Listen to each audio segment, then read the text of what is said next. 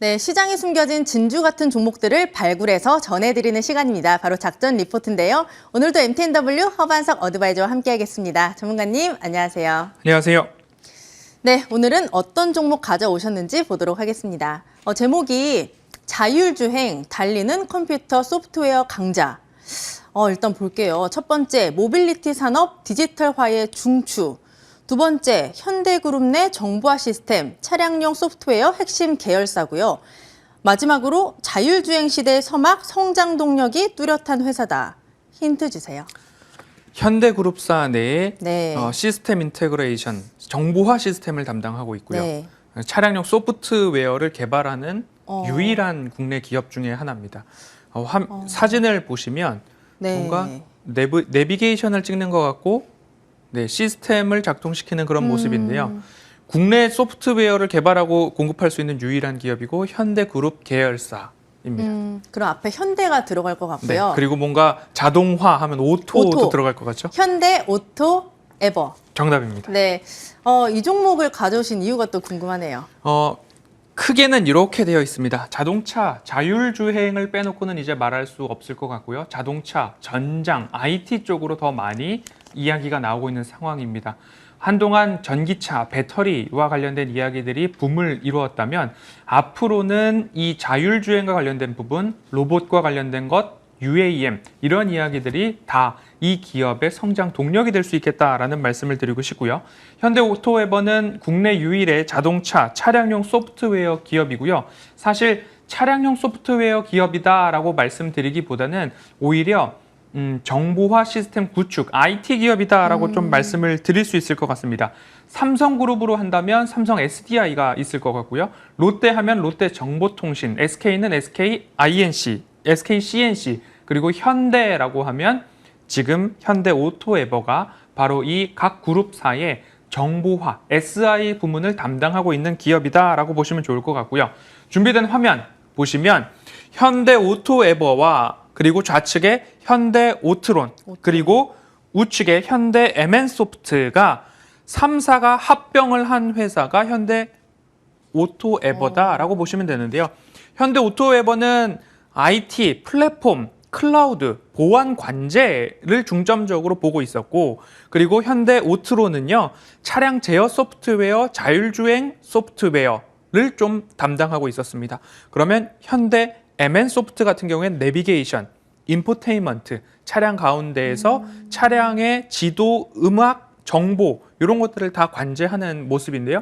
이 3사가 결국엔 자동차 내외의 소프트웨어, 그리고 제어 장치, 자율주행 모든 것들을 통합할 수 있는 기능들이기 때문에 소프트웨어 3사가 합병돼서 만들어진 현대오토에버다라고 보시면 그러면 현대자동차 그룹 안에서 자율주행까지도 UAM까지도 로봇까지도 뭔가 움직이는 모빌리티라는 개념 안에서 이것을 제어하고 작동시키는 소프트웨어는 현대오토에버가 모두 다 담당하고 있다 이야기를 해도 과언이 아닐 것입니다. 그렇기 때문에 산업의 방향성을 본다면 자율주행 누구나 의심하지 않고 있습니다. 그리고 자율주행을 하려면 지도나 여러 가지 정보가 필요할 거고요. 그리고 나서 모든 것들을 차량 안에서 관제하고 제어하고 차량 밖에서도 통신할 수 있는 모든 것들이 소프트웨어 중심으로 이루어지기 때문에 그 부분 초점 맞춰볼 필요가 있을 것 같고요.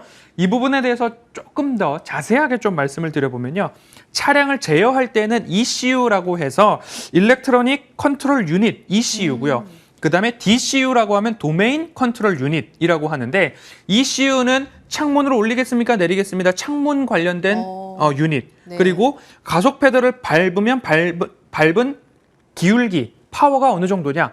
그리고 에어컨은 또 따로. 음악 따로. 이렇게 다 ECU가 각각 분야마다 들어가 있어서 차량 한 대당 50에서 70개까지 들어가 있는데 DCU라고 하면 그러면 공조장치와 관련된 모든 것들, 공기 흐름, 안개 제거 모든 것들은 다 이곳에서 하겠습니다. 차량 뒷부분과 관련된 건 여기서 다 하겠습니다. 외부와 통신하는 부분은 이곳에서 다 하겠습니다. 해서 도메인 컨트롤 유닛이라고 DCU. 해서 4개에서 6개 들어가고요. 네. 앞으로 미래 자동차에는 비이클 컴퓨터라고 해서 차량용 컴퓨터가 탑재될 예정입니다. 그러면 1개 내지 2개 정도가 들어간다면 모든 것들이 완성되어 가는데 이러한 산업의 방향성을 현대 오토에버가 진행을 하고 있고 연구하고 있다라는 부분 참고를 해보시면 좋을 것 같고요. 시장의 성장성이죠. 산업의 방향성은 자율주행으로 뚜렷합니다. 시장의 성장성은 앞서서 보셨듯이 ECU, DCU, 차량용 컴퓨터로 발전해가는 모습 속에서 수요도 증가할 것이고요. 수요뿐만 아니라 가격까지 증가한다면 전기자동차 침투율이 높아지면 높아질수록 차량용 소프트웨어 수요도 높아질 수밖에 없다라는 점 참고를 해보시면 좋을 것 같고요. 한 가지 여담입니다. 최근 자동차 업계에서 가장 큰 이슈가 불었습니다. 열선 시트를 작동하려면 한 달에 15,000원씩 구독료를 내십시오. 뒷바퀴까지 돌아가는 조향 시스템을 활용하시려면 1년에 100여만 원씩 구독료를 내고 사용하십시오. 라는 이야기들이 있습니다. 이미 탑재되어 있는 기능인데 OTA라고 하는 이제 무선 통신으로 풀어주거나 해제해주는 그리고 사용하거나 못하게 하는 기능들이 바로 이 소프트웨어를 통해서 이루어진다라는 점을 본다면 시장의 성장성, 산업의 방향성 의심할 여지가 없겠다라는 부분 참고하시면 좋겠습니다. 말씀을 들어보니까 굉장한 기술력을 갖추고 있는 회사 같은데 네. 증권가에서도 호평이 굉장히 많이 나왔어요. 네. 중장기적으로도 굉장히 많이 성장할 거고 앞으로도 좋을 것이다라고 네. 하는데 그렇다면 주가가 지금 접근하기는 살짝 부담스럽지 않을까요? 최근에 나오는 작전 리포트 종목들을 본다면 대부분 목표 주가를 상향 조정하고 있고 실적 추정치도 상향 조정하는 기업들을 가급적 찾아서 말씀을 좀 드리고 있습니다. 동사 같은 경우에도 22년도, 23년도 모두 다 매출액과 영업이익, 당기순이익, 지배주주 순이익 모두 다 두 자릿수까지도 9.9%, 9.7%까지도 상향 조정하고 있는 모습들이 좀 나오고 있기 때문에 실적, 재무적 모멘텀 체크가 되고 있다는 부분 보시면 좋을 것 같고요.